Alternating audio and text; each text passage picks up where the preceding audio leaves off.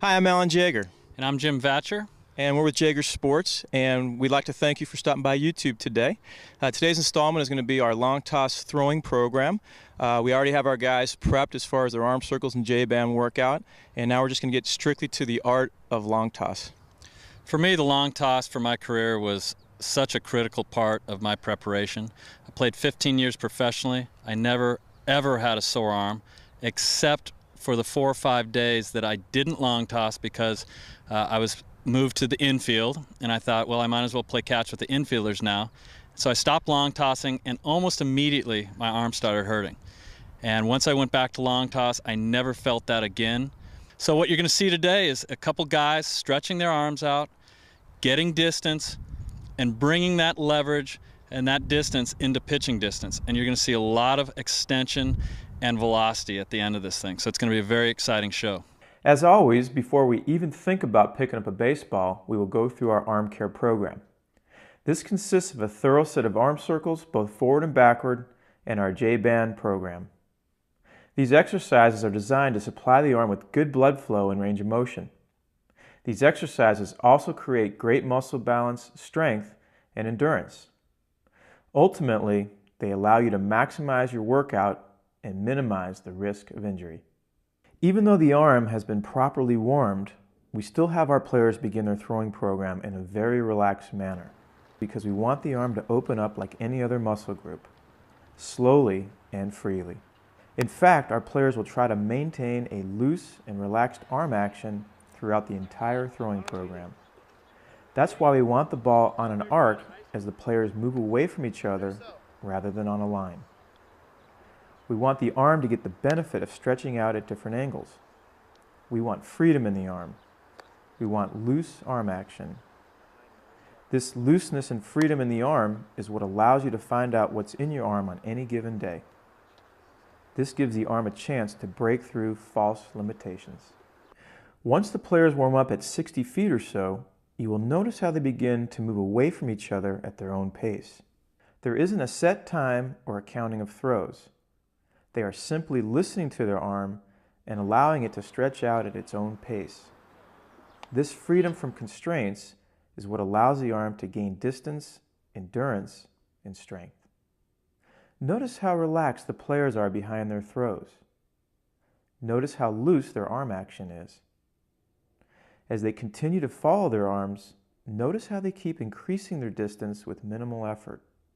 All that's really happening is that they are throwing with a little more arc and a little more effort as they move away from their throwing partner. But the key is that they are still stretching their arms.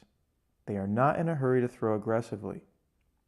We want the arms to walk before they jog and jog before they run. We call it the calm before the storm. This is all about getting the arm stretched out properly, good blood flow, good range of motion. Again, the goal is to listen to the arm and to focus on stretching. As the players continue to move further away from each other, their focus is on loose arm action and stretching. Even as the players start to make their way to some of these more extreme distances like 360 feet, you can still see an element of stretching in their arm action. They are throwing the ball more aggressively, but they are doing it in a very safe manner because they have opened their arm up in a progressive manner. Even at these long distances, they are still thinking in terms of stretching rather than throwing. Once the players feel that they have reached their maximum distance for the day, they will begin the second phase of our long toss program, the pull down or strengthening phase. Oh, is that gorgeous? The beauty of the pull down phase is that you are actually still thinking about your furthest throw of the day, in this case 360 feet. The object is to still maintain loose arm action. The only thing that changes is the arc of the ball and your release point. So if you can just make that. They just have to make an adjustment to their focal point. As you watch these pull downs, notice the explosiveness and athleticism behind each throw. It's a true art form when you see a 360-foot throw translate into 240, 120, and eventually 60 feet. This is where a player can truly see how distance throwing translates into velocity.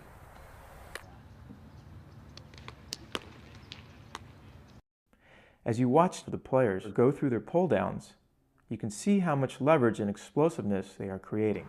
It's also a time where I believe players can hit a completely new level with velocity. Ooh. 92. And this is where it gets fun for the players and coaches. 93. 94. 96. Wow. 97. Now that we've finished up our throwing program for the day, I hope you've had a chance to learn a little bit more about long toss and arm strength and arm health. For us, this is a joy. We love seeing these kids have a chance to get after it and put on a show like that. The beauty of that is you can see that distance get translated into velocity at the end, and all that leverage and all that extension coming towards the catcher. It was beautiful to watch. I've seen it, you know, for years now, but that was an art form that inspired me. I loved it. So again, thanks for stopping by. For more information about our throwing programs, our mental training programs, please visit us at jagersports.com. Thanks again.